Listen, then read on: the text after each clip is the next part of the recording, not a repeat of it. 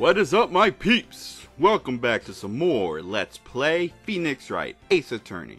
I am your host, of course, Mysteries Pinoza X, and there are 2 episodes left, everybody. Let's go ahead and begin day 3 of the trial. Let's go ahead and do this.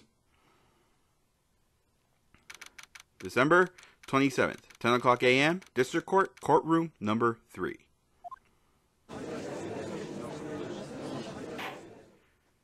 Court is now in session for the trial of Mr. Miles Edgeworth.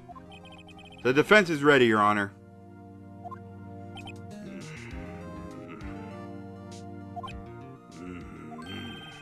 Very well, apparently the prosecution is also ready. Who is the judge here anyway? Mr. Von Kharma, your opening statement. Very well, no opening statement, so. Not so fast, Judge. I was taking a meaningful pause before speaking. Right, of course. A prediction.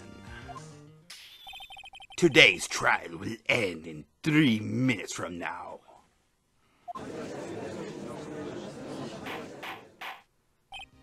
Order! Order! Mr. Von Kharma, what is the meaning of your statement just now? Bah! Must you question everything? It will be over in 3 minutes. We have no time to waste. I call my witness now. Right. I call my witness, my decisive witness, to the stand. It's that mysterious boat shop owner. Witness, state your profession. Oh. I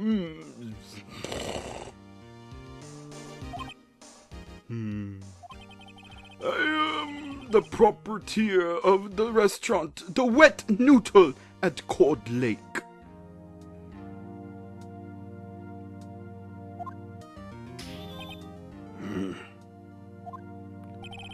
And I also rent boats. Yup. The night of the incident, you were in the boat rental shop, correct? Yup, I was. Please testify. Wait a second. You still haven't heard who this gold guy is. Raise an ejection right here. Wait a minute. The witness hasn't stated his name yet. Because I did not ask him, Mr. Wright. Bah! I have predicted this trial will end in 3 minutes. Stop asking trivial questions and cooperate. Yeah, right. The witness will state his name.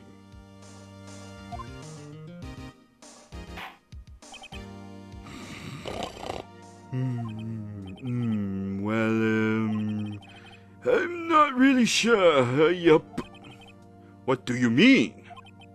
Memory. Your Honor, the witness does not remember anything beyond the last several years. Ergo, he cannot recall his own name. He can't recall, you say? Yes, but the incident in question took place 3 days ago. He can testify. Very well. Let's hear this testimony then, shall we, witness?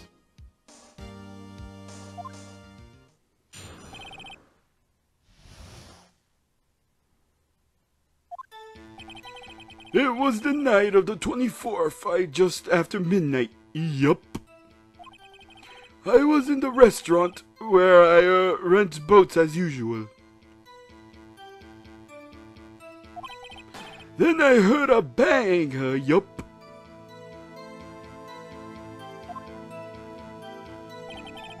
When I looked out the window, I saw a boat just floating on the lake. Then I heard another bang.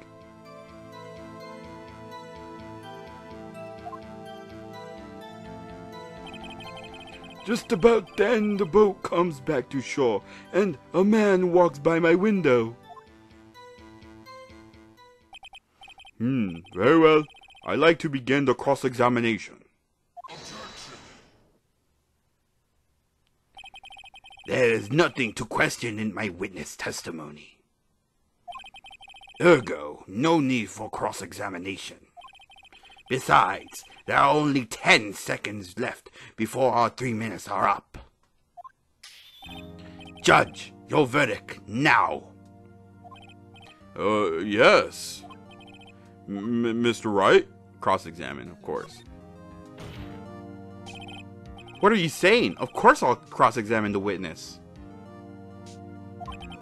Very well, you may begin.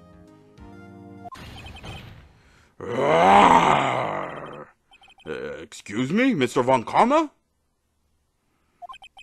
3 minutes just passed. I see. Well then, let's take our time. You may cross-examine the witness. Alright, for this cross-examination, you're pretty much going to skip that part, skip that one, skip that one, skip that one, skip that, this one right here. You're going to press on this one right here. By your window? Yep, by my window, right outside the window of all my little shack. And could you see the man's face? Well, the fog was pretty darn thick, but he was right there in front of me. I saw him. This is rather important detail. Please add it to your testimony. Tisk, tisk, tisk. I have a bad feeling about this. And by that, I don't mean that Von Kharma sounds like Emperor Palpatine. You're gonna present on this one right here. Or are you sure? Uh-oh. Dad.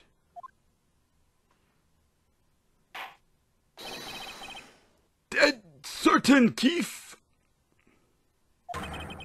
He said, I can't believe he's dead, and he was walking by too.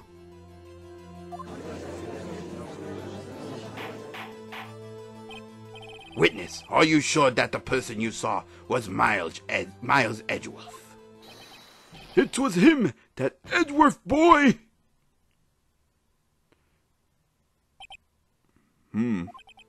This sounds like a decisive evidence indeed. I see no room for doubt. Von Kharma. He lured me into the cross-examining so he could set me up for a fall. Tisk, tisk, tisk. Nick, I don't like the way things are going here. Everyone in the courtroom is glaring at us. I better act quick or this trial is going to be over. Raise an objection. Your Honor, we proved in yesterday's trial that it could not have been Edgeworth who fired that gun. Mr. Wright, are you referring to the fingerprints from Edgeworth's right hand found on the gun? And the photograph showing a man firing in with his left hand? Exactly. That is easily explainable. He could have wiped his prints after he fired. You are ignoring the truth of the matter here. Everything in the witness's testimony is true. The judge is lost in thought. What should I do? Raise an objection. Your Honor, this witness claims that Edgeworth said, I can't believe he's dead. But his words is all we have. if you were telling a lie...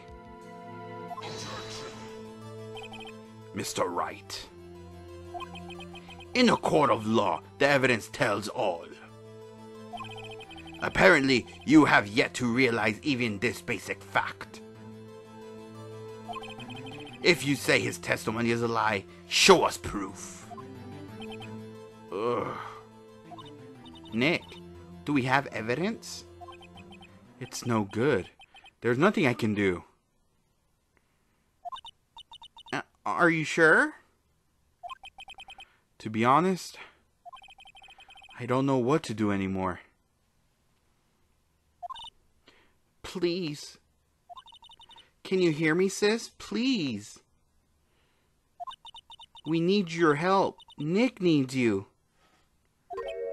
Tisk, tisk, tisk. 3 minutes were perhaps too high in expectation. However, 15 minutes isn't bad. This must be a new record. Enough! The witness may leave the stand.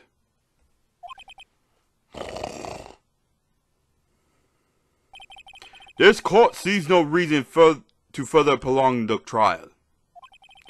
Nor is there any more time to decide the case against the defendant.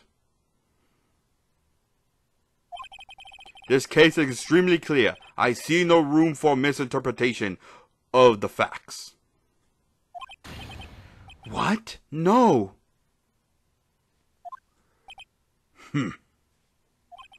This court finds the defendant, Mr. Miles Edgeworth, guilty. The accused will surrender to the court immediately, to be held pending trial at a higher court within a month from today's date. That is all. The court is adjourned. Wait!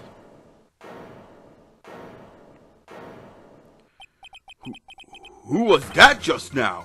Me! Huh? What?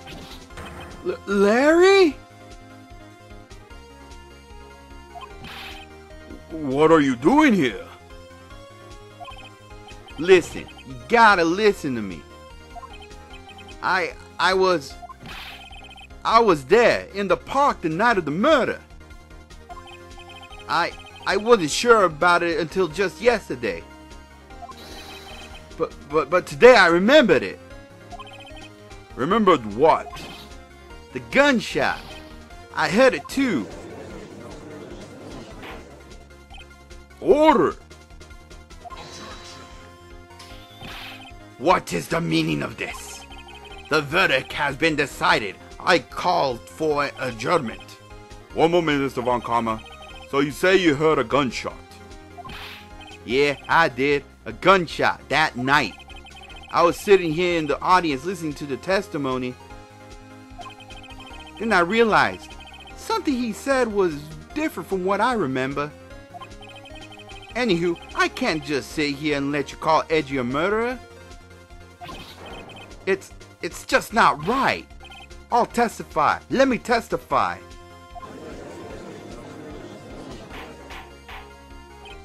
Order! Order! Well, this is the first time something has happened like this in my court. I'm not quite sure how to proceed. Judge, you've already given your decision. This trial is over. Nick, this is it. Larry's given us one final chance at this. She's right. If only it wasn't Larry. He could make things even worse. Mr. Edgeworth was just declared guilty, Nick. It doesn't get any worse. You're right. Okay. Your Honor, if there is another witness, it is our duty to hear him speak. Right here, right now. A waste of time. The verdict cannot be overturned.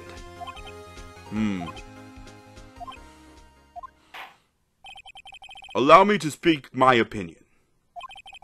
In all court proceedings, it is our duty to prevent any inaccurate verdict.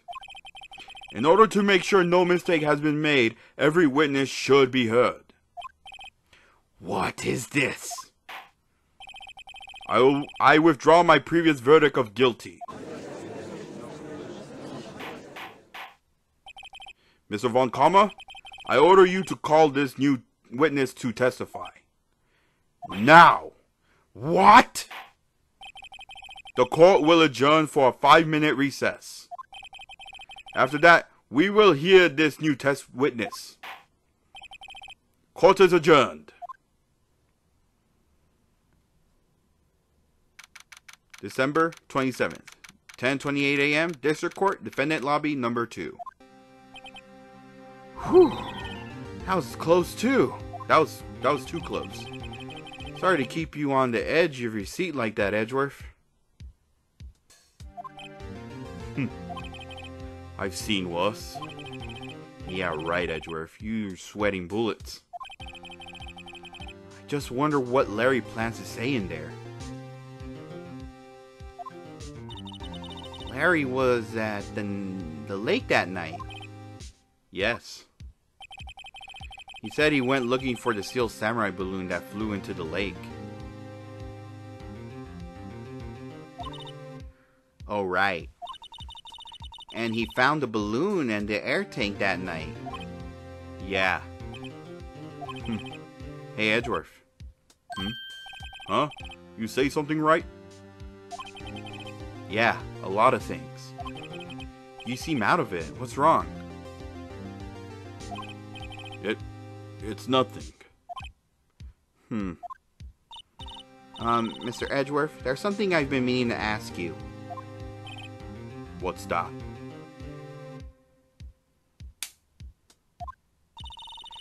Why are your fingerprints on the murder weapon?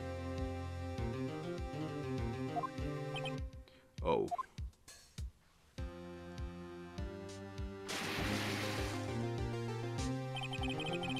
When he fell into the lake, I went into a daze. I couldn't understand what had happened. I couldn't think straight. Then I saw the pistol lying on the floor of the boat in front of me. I picked it up without thinking.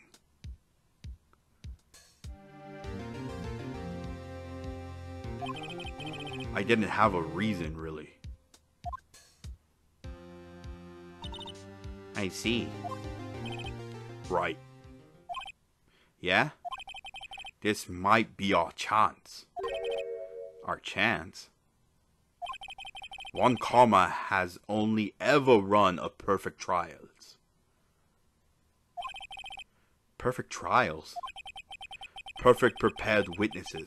Perfect complete evidence. That's the secret to his success. This is the first time he's ever had to deal with something unexpected. He has to let someone he hasn't even talked to testify before the court. And that someone is Larry. What are you getting at? It's likely his testimony will be full of holes, right?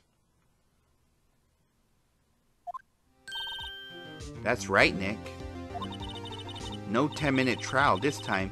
We'll milk this one for all it's worth.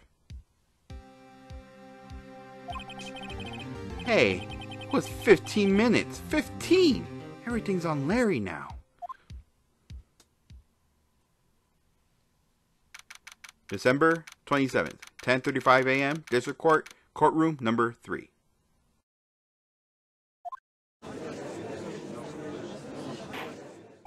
Court is now back in session. Witness, please testify to the court about everything that you saw on the night of December 24th. Right, leave it to me.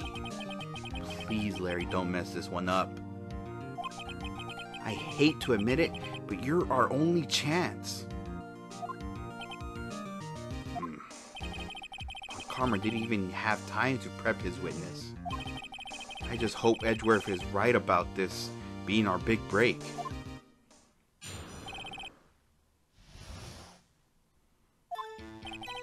That night, I was out in a boat on the lake. I was looking for something and I found it. so I quietly slipped the boat back in and at the rental shop dock. Then, just as I was thinking about going home, I heard this bang. I looked out over the lake, but I didn't see a boat. So after I heard that single gunshot, I went home. That was an unusually vague testimony, even for this court. In any case, Mr. Wright, you may begin your cross-examination. Yes, Your Honor. What's wrong, Nick? It's Larry. I have no idea what he's going to say if I press him. I'm a little scared. Well, we've come this far. There's no way to go but forward, Nick.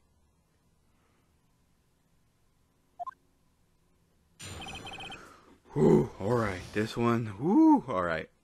So, what you're gonna do is go all the way towards, pretty much, yep, there we go. This is the one right here, towards the end. And then you're gonna present Lotta's deposition.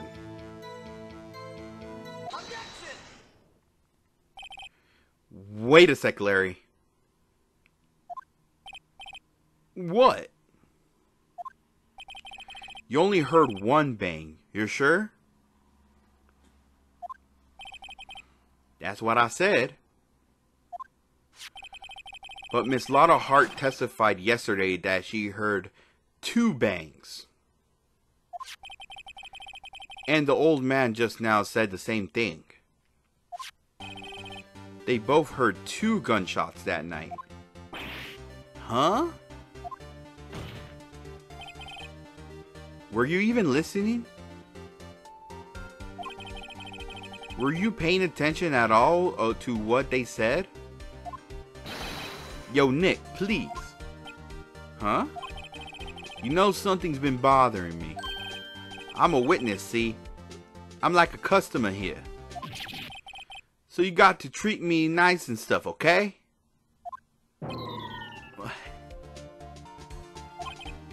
Mr. Butz?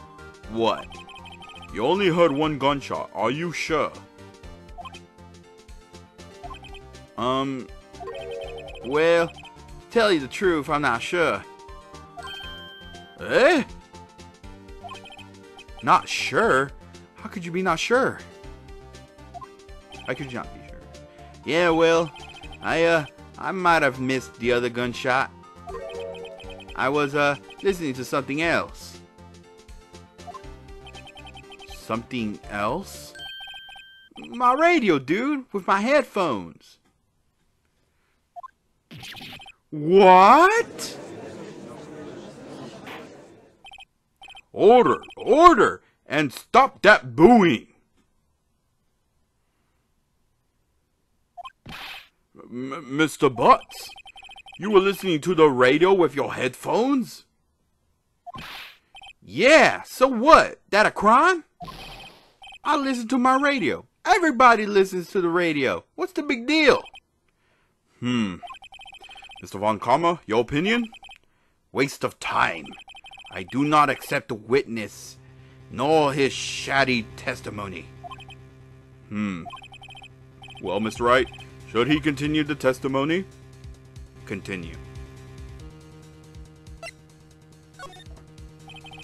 Your Honor, please allow the witness to continue his testimony. Bah! Nothing is more pitiful than a lawyer who doesn't know when he's lost. Very well, Mr. Butz. Please give your testimony and be sure to include details like your radio. Right, leave it to me. I wouldn't if there were any other way out of this, believe me.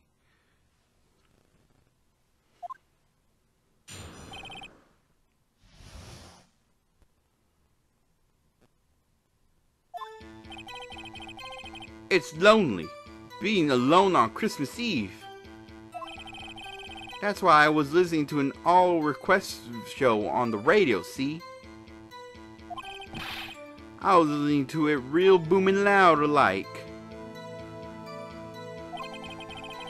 But I'm sure I heard that gunshot. I remembered exactly what the DJ was saying when I heard it too.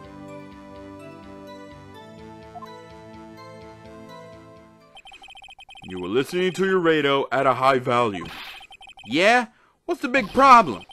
Can a man listen to his radio in peace? Isn't this a free country? I truly believe Larry has no idea what the problem here is. Judge, can you believe a word this witness says? What he heard was probably nothing more than a drum beat from the radio. True enough, it is difficult to believe this testimony. Wait, Your Honor. The witness said he remembers exactly what the DJ said when he heard the gunshot. Excuse me? DJ? An announcer, the guy who says things on the radio. Anyway, what this means, when he heard the sound, no music was playing. The DJ only talks between songs, so he could have heard the gunshots from the lake. I'd like to cross-examine the witness, Your Honor. Very well, Mr. Wright. I can't believe I'm continuing this charade. Alrighty, here we go. This is all for the marbles right here. So this is the one statement that you want right here. And just press on it. What did he say? What did she say?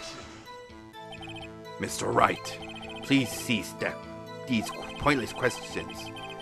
What possible good could knowing what a radio DJ said do us? Indeed, Mr. Von Karma has a point.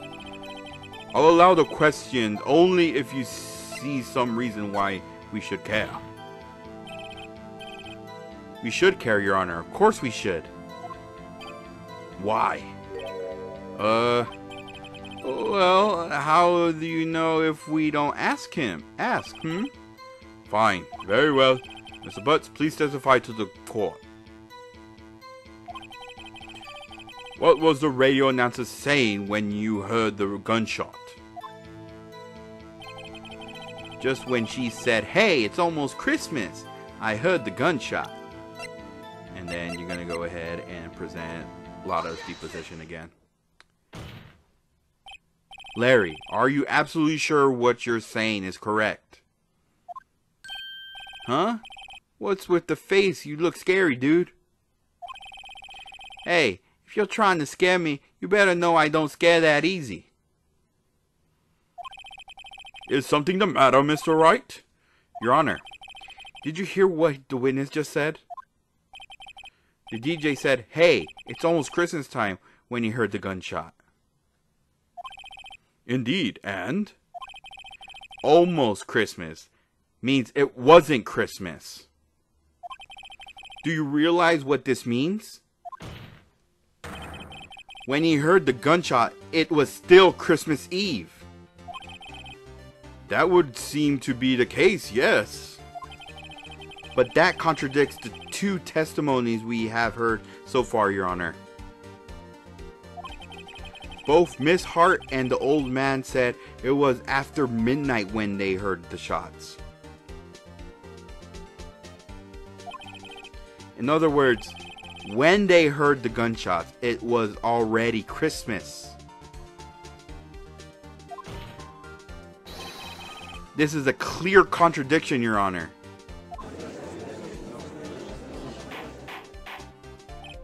Order! Order! What does this mean? The two prior witnesses heard gunshots after midnight. However, this witness says he heard a gunshot before midnight. Judge, the answer is simple. The current witness is plainly mistaken.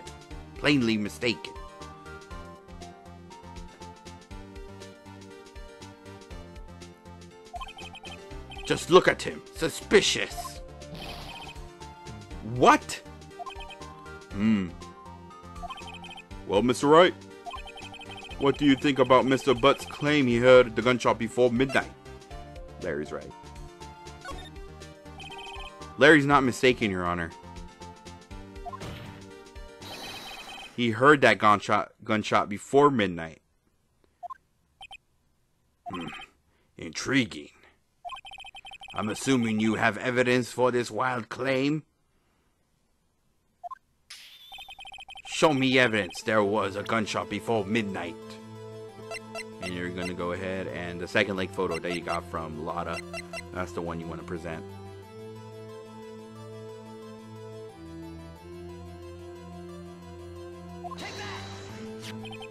Look at this photograph. This was taken by our witness yesterday, Miss Lotta Hart, with her automatic camera. This timestamp on the photo reads December 24th, 11:50 p.m. Oh. But there's nothing on the lake in this picture. Your Honor, the real issue here is not why nothing is shown in this photograph. It is why the photograph exists at all. What do you mean? Your Honor, this photograph was taken by an automatic camera. That camera was set to go off in response to loud noises. Aha! Correct. There was a loud noise on the lake at 11:50 p.m. That is why this photograph was taken. In other words, when Larry heard that gunshot, it was most definitely still Christmas Eve. Indeed, it would seem that is the case. Then, where does that leave us? Ms. Hart testified that she heard the gunshots after midnight. Are you claiming she was mistaken? Not at all, Your Honor. It is a fact that the camera also triggered at 15 minutes after midnight. Your Honor, that night there was 2 sets of gunshots with a 25 pause between them.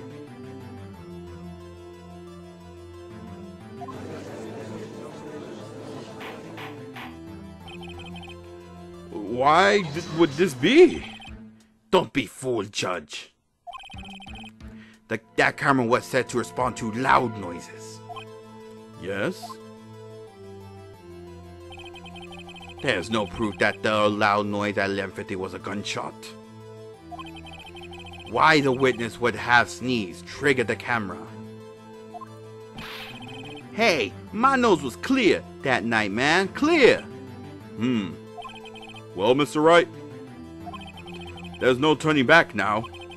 Can you prove that loud noise at 11:50 was indeed a gunshot? Please show the correct court evidence if you have any. And then you're going to show the pistol. This is my evidence. The murder weapon? Something about this pistol was bothering me, Your Honor. Both of the witnesses who testified yesterday heard 2 gunshots. However, the murder weapon was fired 3 times. When then was the last shot fired? Only now have I realized the truth. That 3rd shot was the shot Larry heard just before midnight.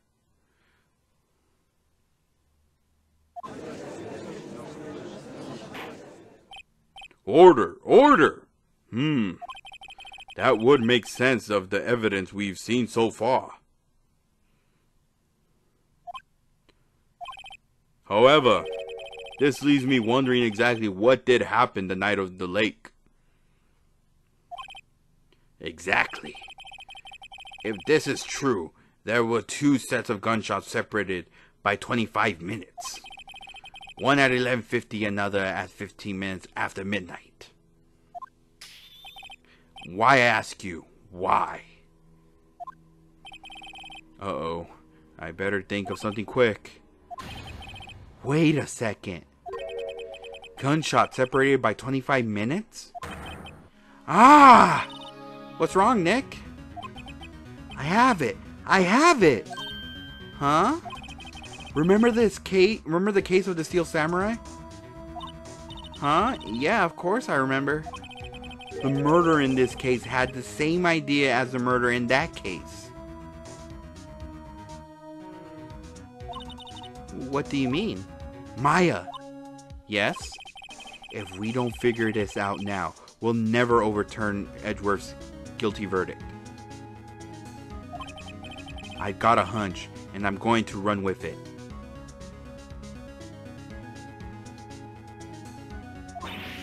Right, I mean, is this safe? Safe? We've already gotten the guilty verdict. We have nothing to lose.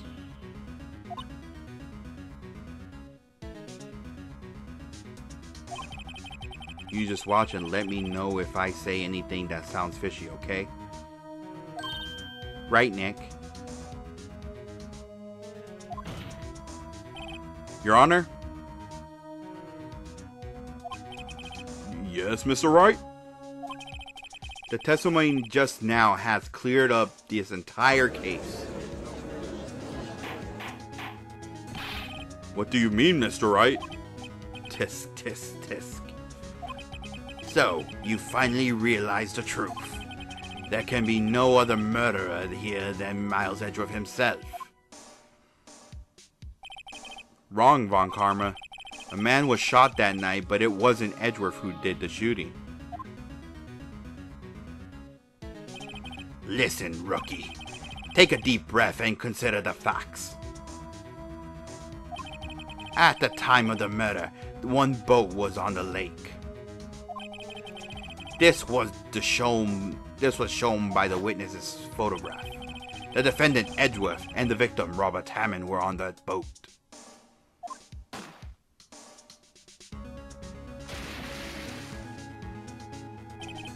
There was a gunshot fired on that boat, and Robert Hammond fell into the lake. The distance of the shooting was 1 meter. It couldn't have been suicide. Well, the guilty party has to be the other man on the boat. I admit, it is hard to imagine any other possibility.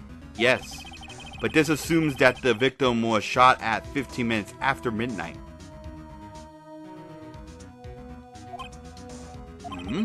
What do you mean by that, Mr. Wright?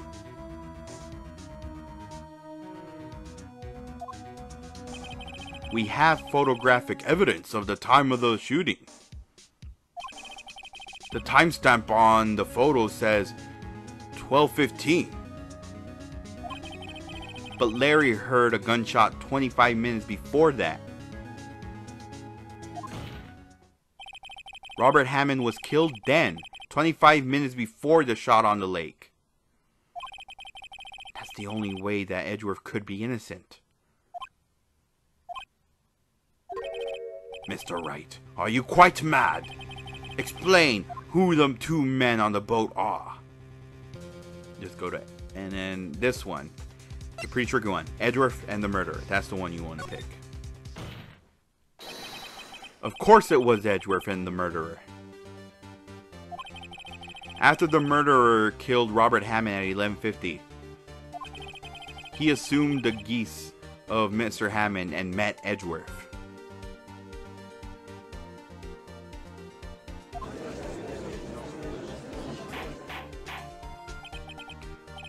What? Are you serious? Yes, Edgeworth won't tell us why he went to the lake that night. However, I have a hunch. That night, Robert Hammond called Edgeworth to the lake. Now, Edgeworth didn't know Robert Hammond's face that well.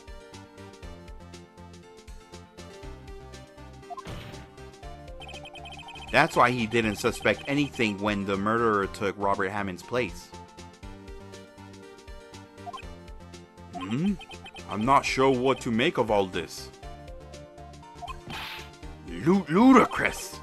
Mr. Wright, tell us the name of the murderer then. The murderer's name, right. It's I don't know. Actually, I don't know the murderer's name. You don't know? Bah! Again, you waste my time! I don't know because he never told us. What? The murderer in this is the caretaker of the boat shop, the old man.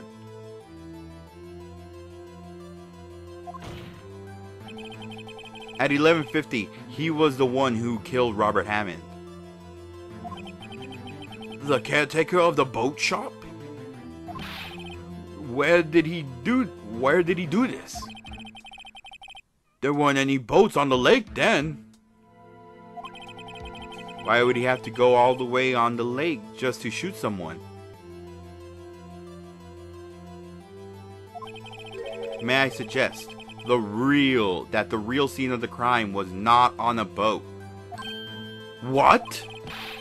Well then, when did the murder take place? Sorry.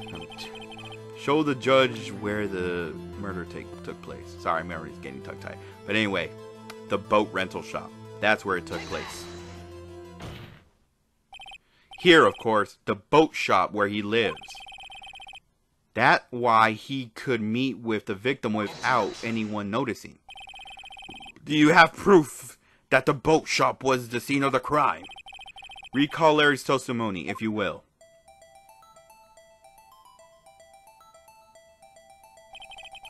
That night he was out on the lake in a boat searching for something. He finds it and returns the boat. Then, just as he started to head for home, he hears a gunshot. You heard a gunshot, Your Honor. Even though he was wearing headphones at the time. In other words, the gunshot was very, very close by.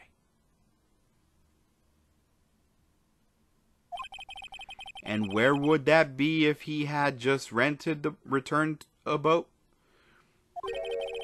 The boat shop. Mr. Wright, what happened that night on Gold Lake? Please tell the court from the beginning. Yes, Your Honor. Nick, are you sure about this? Not really. But I think if I start at the very beginning and I take it slow, I might just be able to figure this out. That night, the caretaker of the boat shop called Robert Hammond to his shop.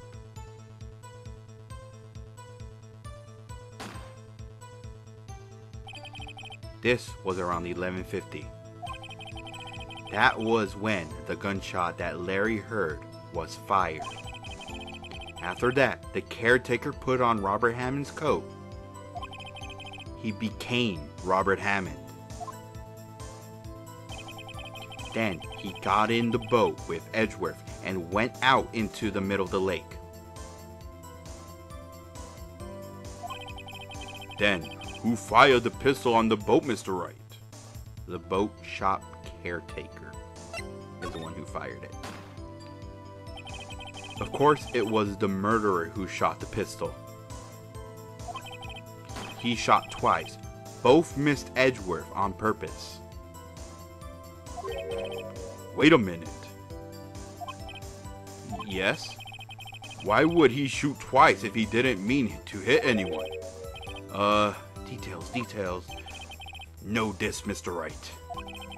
The moment you run out of explanations in the moment you lose. Tell us why the murderer had to fire twice. I believe he shot twice to create a witness, Your Honor. Create a witness? The murderer lifts his pistol and fires one shot. That ensures that anyone who heard the shot would look at the lake.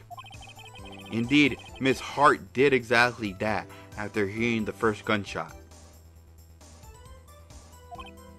Next, the murderer waits a bit and he fires again.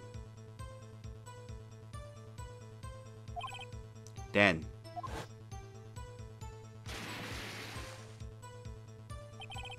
The murderer jumps from the boat himself.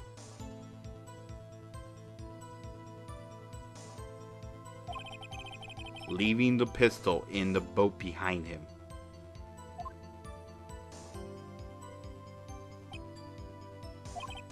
I see. Is someone looking from the edge of the lake? It would appear that one of the men on the boat had shot the other. The murderer didn't know about the automatic camera, of course.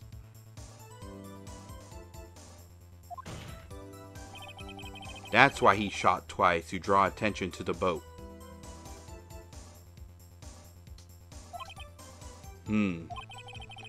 Once you realize that, everything else falls into place.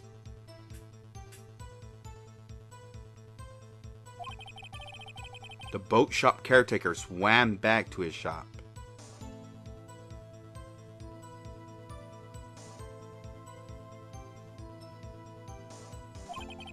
Then he put Mr. Hammond's wet coat back on the body and threw the body into the lake. This is what happened, Your Honor. These are the events that transpired that night on Gourd Lake.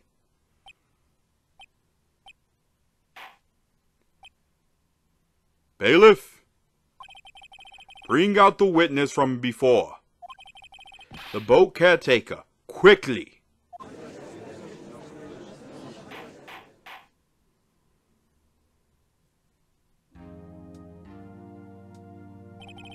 Very well. While we are waiting for the caretaker, I would like to ask the defendant, Miles Edgeworth, a few questions. Mr. Edgeworth, please take the stand. Mr. Edgeworth, you heard the defense has said. You heard what the defense has said? Yes. Well, why did you go to the lake that night? What Wright has said was most correct. Astonishingly so, actually. Yes. Several days ago I received a letter. The letter was signed Robert Hammond. He asked me to come to the boat shop by the lake at midnight on Christmas Eve. He said he had something very important to discuss with me. Something important? I'm sorry. I can't say what it was. Your Honor, sir. Bailiff, we are conducting a trial here. I ask that you remain quiet.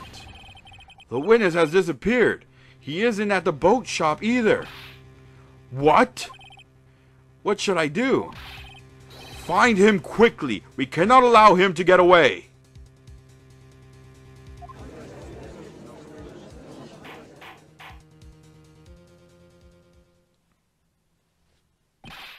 Mr. Von Kharma, your witness has disappeared. A search warrant has already been issued. It goes without saying that I cannot declare a verdict under these circumstances. I will extend the trial until tomorrow, the final day allowed. I request that the police department utilize all its forces to find the witness. Am I understood? One more thing. Just who is the boat shop caretaker? I think his identity has become very important to this trial. I want him, and I want to know who he is. Very well. Court is adjourned.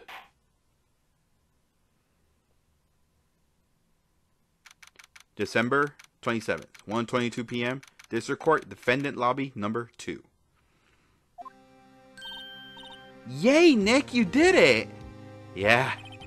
Well, at least we got out from under that guilty verdict. And what about Larry? That was something else. Even Von Kharma didn't know what to do with his testimony. Larry really helped us out. Sure, once I sifted through his unique testimony, still, he did save us. I just wish our cases weren't so down to the wire all the time. I know what you mean.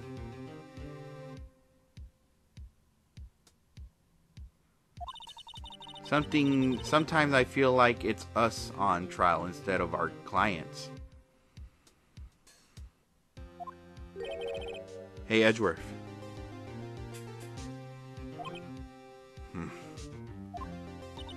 Mr. Edgeworth?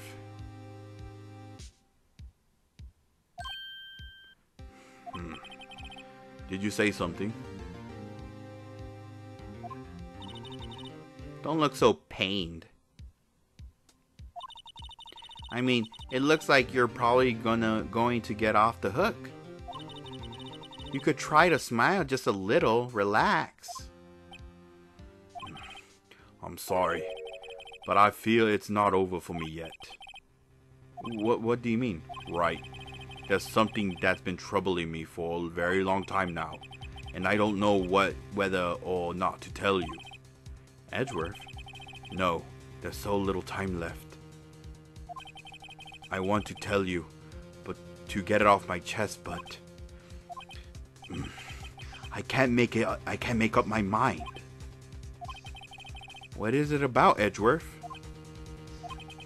It's a nightmare I've had. A memory of a crime that I committed. A crime you committed? A memory of a murder.